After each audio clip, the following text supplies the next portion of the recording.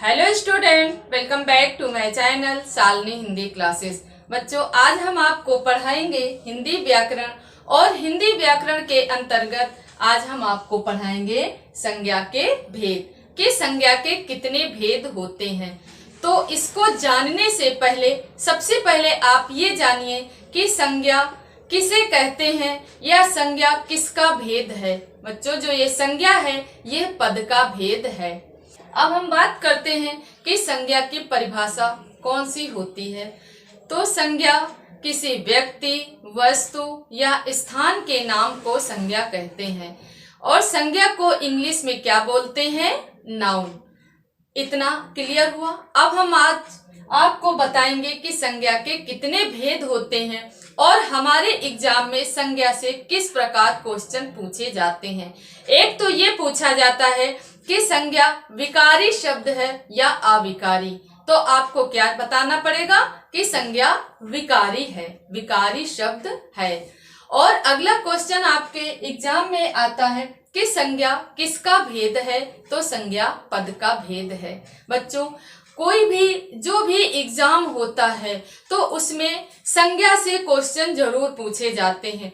1 या 2 नंबर का क्वेश्चन संज्ञा से आता है, इसलिए आप लोग संज्ञा को बहुत अच्छे तरीके से पढ़िए और मेरा वीडियो आप शुरू से अंत तक जरूर देखिएगा, तो आपको संज्ञा समझ में आ जाएगी और आपको इससे कई क्वेश्चन आपको मिल जाएंगे। हम आपको प्रैक्टिस सेट से नहीं बता रहे हैं, हम आपको ऐसा बता रहे हैं कि आप इसके अंदर तक जाओगे तो आपको इतना पता चल जाएगा और आपके एग्जाम में एग्जामिनर चाहे जिस प्रकार से एक संज्ञा से क्वेश्चन पूछेगा, आपका कोई भी आंसर जो भी आप देंगे वो सही देंगे। कभी भी आपका ये क्वेश्चन संज्ञा से गलत नहीं होगा। पर इसके लिए आपको मेरा वीडियो शुरू से अंत तक देखना होगा। तो अगर अभी तक आप लोग मेरे चैनल पर नए हो तो आप लोग मेरे चैनल को सब्सक्राइब कर लो, ताकि जो भी वीडियो हम बनाएं वह आप तक सबसे पहले पहुंच सके। तो अब हम बात करते हैं कि संज्ञा के कितने भेद होते हैं। तो संज्ञा के बच्चों भेद, अगर ये पूछा जाए कि संज्ञा के कितने भेद होते हैं तो आपको बताना होगा संज्ञा के 3 भेद होते हैं। वैसे तो संज्ञा के 3 ही भेद माने जाते हैं, लेकिन कभी कभी एग्जामिनर क्वेश्चन घुमा करके पूछता है कि अर्थ के आधार पर संज्ञा के कितने भेद होते हैं और उत्पत्ति के आधार पर संज्ञा के कितने भेद होते हैं। तो आइए जानते हैं कि अर्थ के आधार पर और उत्पत्ति के आधार पर। तो अर्थ के उत्पत्ति के आधार पर,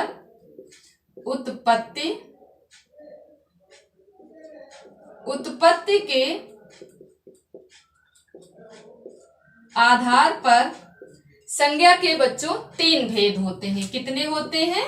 3। और अर्थ के आधार पर,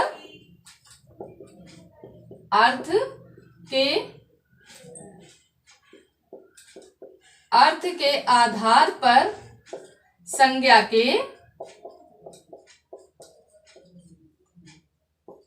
5 भेद होते हैं। कितने होते हैं? 5। उत्पत्ति के आधार पर 3 और अर्थ के आधार पर 5। याद रखिएगा। तो आइए जानते हैं कि उत्पत्ति के आधार पर कौन कौन सी संज्ञाएं होती हैं और अर्थ के आधार पर। उत्पत्ति के आधार पर बच्चों 3 होती हैं। एक होती है व्यक्तिवाचक संज्ञा। कौन सी होती है? व्यक्तिवाचक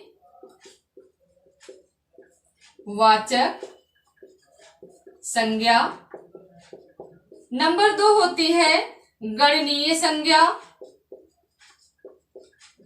गणनीय संज्ञा। और नंबर 3 कौन सी होती है?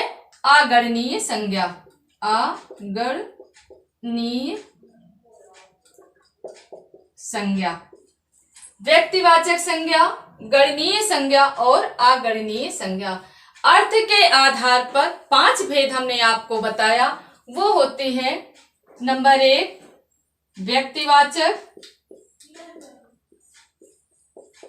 व्यक्तिवाचक संज्ञा। नंबर 2 जातिवाचक संज्ञा। जातिवाचक संज्ञा। और नंबर 3 कौन सी होती है? भाववाचक संज्ञा।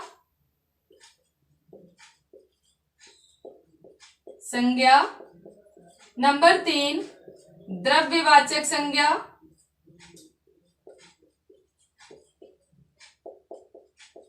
और नंबर 3 भाववाचक संज्ञा, नंबर 4 द्रव्यवाचक और नंबर 5 होती है समूहवाचक संज्ञा। कौन सी होती है बच्चों? समूहवाचक संज्ञा। इतनी बात आपको समझ में आई। अर्थ के आधार पर 5 भेद होते हैं: व्यक्तिवाचक संज्ञा, जातिवाचक संज्ञा, भाववाचक संज्ञा, द्रव्यवाचक संज्ञा और समूहवाचक संज्ञा। बच्चों, हिंदी जो है इसमें बड़े ही विवाद हैं। कहा जाता है, कभी कोई कहता है कि 5 भेद, कहीं पे लिखा होता है 3 भेद। लेकिन अगर इस तरह पूछा जाए एग्जाम में कि अर्थ के आधार पर, तो आपको 5 भेद बताने होंगे, उत्पत्ति के आधार पर तो 3 भेद बताने होंगे। अगर ये पूछा जाए कि संज्ञा के कितने भेद होते हैं, तो संज्ञा के मूलतः 3 ही भेद माने जाते हैं। वो 3 भेद बस व्यक्तिवाचक और जातिवाचक और भाववाचक संज्ञा होती है। अब व्यक्तिवाचक संज्ञा कौन सी होती है? इस प्रकार के क्वेश्चन आते हैं एग्जाम में कि लखनऊ कौन सी संज्ञा है, या दिल्ली कौन सी संज्ञा है, या कि किसी का पर्टिकुलर नाम ले लिया गया कि ये कौन सी संज्ञा है। व्यक्तिवाचक संज्ञा कौन सी होती है? व्यक्तिवाचक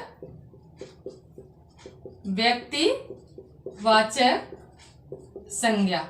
बच्चों, जो ये व्यक्तिवाचक संज्ञा होती है उसमें किसी विशेष व्यक्ति की बात की जाती हो, या किसी विशेष जात जिसका कि नाम लिया जाए कि बस एक के लिए, तो वही होती है व्यक्तिवाचक संज्ञा। जैसे विशेष स्थान, मान लिया कहा गया दिल्ली, आगरा, कानपुर, लखनऊ, या कि मोहन, सोहन, रोहन, अगर इस तरह की बात की जाती है तो वो आती है हमारी व्यक्तिवाचक संज्ञा के अंतर्गत। आगे हम बात करते हैं किसकी? नंबर 2 हमने आपको बताया था अर्थ के आधार पर दूसरी कौन सी संज्ञा होती है? वो होती है जातिवाचक संज्ञा। कौन सी होती है बच्चों? जातिवाचक संज्ञा। तो जातिवाचक संज्ञा के अंतर्गत किसी विशेष व्यक्ति की नहीं, पूरी जाति का बोध होता है, जिसमें उसे हम बोलते हैं कौन सी संज्ञा?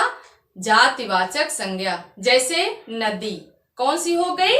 नदी। अब नदी में किसी एक नदी की, अगर इसमें ये पूछ लिया जाए कि गंगा नदी या गंगा बहती है, इसमें कौन सी संज्ञा है? तो गंगा सिर्फ एक की बात की जा रही है, यहाँ पे कोई और गंगा नदी नहीं है, तो वो हो जाएगा व्यक्तिवाचक। और अगर ये पूछा जाए कि नदी बहती है, तो किसी एक नदी की बात नहीं की जाती है, ये पूरी समूह मतलब पूरी नदी में बात की जा रही है, तो ये हो जाएगा आपका जातिवाचक संज्ञा में। ऐसे ही मनुष्य, अगर बोला जाए मनुष्य, तो मनुष्य में सारे मनुष्य आते हैं, कोई एक विशेष की बात नहीं की जा रही है, इसलिए वह हो जाएगी आपकी जातिवाचक संज्ञा के अंतर्गत। अब हम बात करते हैं भाववाचक संज्ञा किसे कहते हैं? भाववाचक संज्ञा। जो ये बच्चों भाववाचक संज्ञा के अंतर्गत आप एकदम इजी होता है, क्योंकि अगर आपको प्रत्यय आते हैं तो ज्यादातर जो प्रत्यय वाले शब्द होते हैं वो भाव, क्योंकि इसमें भाव का बोध होता है कि किसी की भाव, अच्छाई, बुराई, या कि ऐसे लघुता, इस प्रकार के अगर शब्द आते हैं तो वो कौन सी संज्ञा हो जाती है? वो होती है भाववाचक संज्ञा। अगली हमने आपको बताई थी समूहवाचक संज्ञा। समूहवाचक संज्ञा। बच्चों, जो ये समूहवाचक संज्ञा है, इसके अंतर्गत पूरे समूह का बोध किया जाता है। जैसे कहीं पर भीड़ लगी होती है, तो मान लिया कहीं पर मेला लगा हो, तो मेला अगर दे दिया जाए कि मेला कौन सी संज्ञा है, तो मेला कौन सी संज्ञा है? मेला है बच्चों समूहवाचक, क्योंकि उसमें पूरे कई लोग इकट्ठे हैं, झुंड बना करके खड़े, जहां पे कोई समूह होता है, कोई झुंड बना करके खड़ा रहता है, वो कौन सी संज्ञा होती है? वो होती है हमारी समूहवाचक संज्ञा। अगली आपकी कौन सी संज्ञा आती है? द्रव्यवाचक संज्ञा। द्रव्यवाचक संज्ञा। बच्चों, द्रव्यवाचक संज्ञा कौन सी होती है? द्रव्यवाचक संज्ञा वो होती है जिसमें किसी द्रव्य जिसे कि नापा गिना नहीं जा सकता है, जिनकी की गणना, जैसे मान लिया कि गेहूं है, चावल है, ये कौन सी संज्ञा है? ये है द्रव्यवाचक संज्ञा। तेल है, या इस तरह के जो पदार्थ जो होते हैं, जो कि जिन्हें कि हम क्या कर सकते हैं, जिनकी गणना नहीं कर सकते हैं, उन्हें हम किस संज्ञा में रखते हैं? उन्हें द्रव्यवाचक संज्ञा बोलते हैं। और इसके बाद हमने आपको बताया था उत्पत्ति के आधार पर। तो उत्पत्ति के आधार पर 3 भेद हमने आपको बताए थे।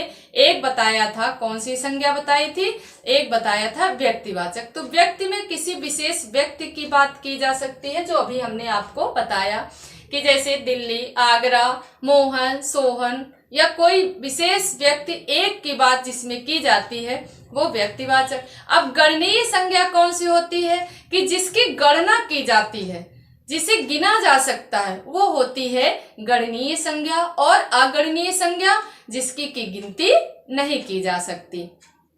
लेकिन बहुत ही विवाद है। विवाद ये है कि बहुत जगह पे सिर्फ 3 ही संज्ञाओं का। अब आपके एग्जाम में कभी कभी ऐसा क्वेश्चन आ जाता है कि जातिवाचक संज्ञा के कितने भेद होते? तो बच्चों, जो जातिवाचक संज्ञा है, इसके ही ये जो 2 भेद हैं हमारे, ये कौन कौन से भेद हैं? ये समूहवाचक संज्ञा और द्रव्यवाचक संज्ञा है। यह जातिवाचक संज्ञा का ही भेद है।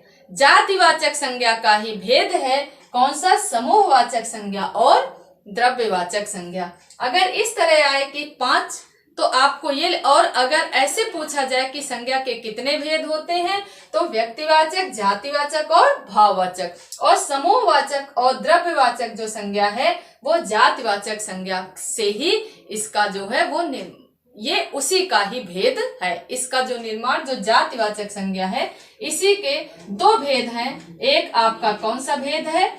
समूहवाचक, और दूसरा है द्रव्यवाचक। तो आज का हमारा यह वीडियो आपको कैसा लगा? अगर आपको कुछ ना समझ में आया हो तो आप हमें कमेंट्स बॉक्स में लिख करके भेजिए। हम आपको अपने अगले वीडियो में और ज्यादा उदाहरण के साथ आपको समझाने का प्रयास करेंगे। तो अच्छा लगा हो तो वीडियो को लाइक करिए, चैनल को सब्सक्राइब करिए, ज्यादा से ज्यादा आप लोग शेयर करिए। मिलते हैं हम अपने अगले वीडियो में अपने नए टॉपिक के साथ।